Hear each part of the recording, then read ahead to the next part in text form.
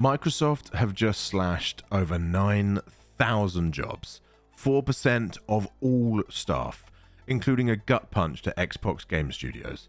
Studios close, multi-million-dollar AAA projects evaporate, yet just 1 week earlier, Microsoft announced $70.1 billion in revenue and $25.8 billion in profit for Q3 2025.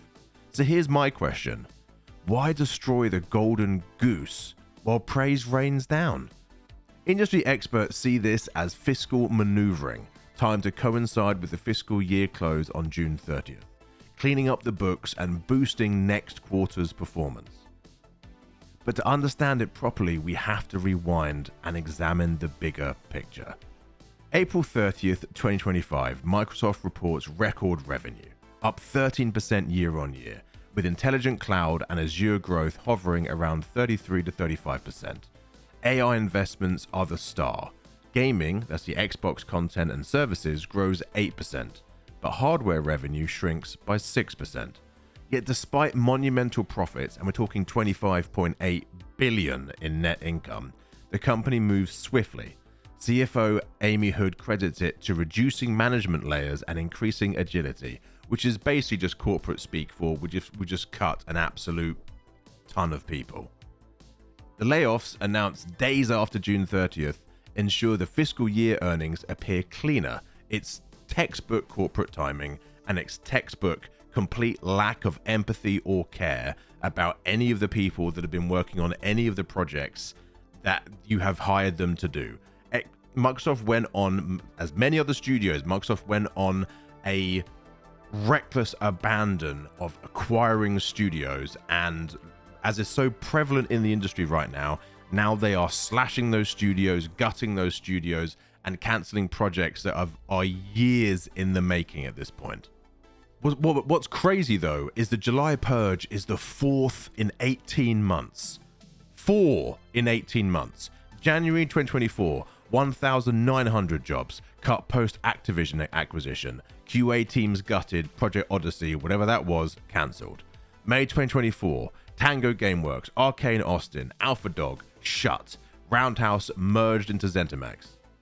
September 2024, 650 support and corporate roles purged in another efficiency push.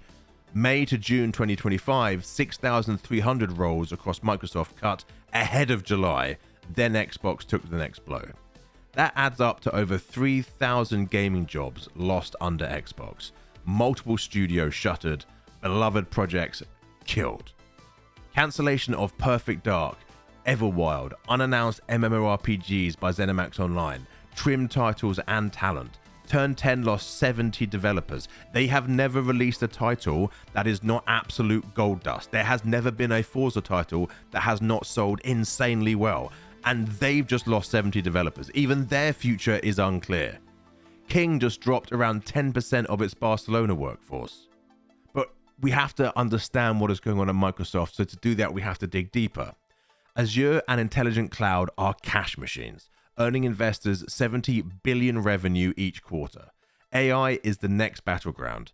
CEO Satya Nadella and CFO Hood aim to funnel dollars and talent into AI, shedding slower growth divisions. It's not even a case that they're going to shed divisions that aren't making money. They're just shedding divisions that don't make money fast enough. Nadella even admitted that 20 to 30% of code may soon be AI generated. Graphics, animation, QA, they're being automated with stable diffusion style tools. That is a threatening precedent for traditional studios. After buying Activision Blizzard for $75.4 billion and ZeniMax for $7.5 billion, Microsoft inherited redundancies, jobs that overlapped, costs that needed streaming.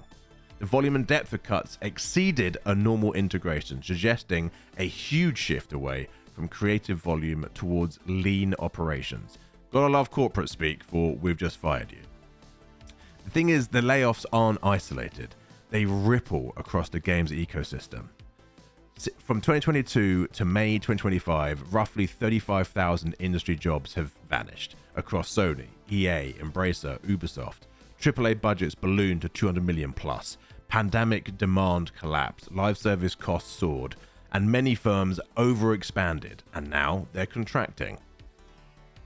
Cancelling Everwild, Perfect Dark, unannounced ZeniMax MMORPGs, it's cultural vandalism. Studios lost momentum, developers have left, and vistas for innovation have shrank. Juniors were hit hardest, and many are outright quitting the industry or pursuing completely different avenues.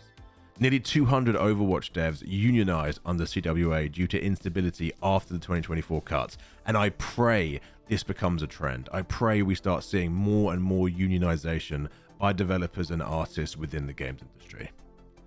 But what is Xbox now? A network of IP managed via Game Pass, stripped of depth and risk. Phil Spencer's mantra shifted from grow the player base to lean efficiency.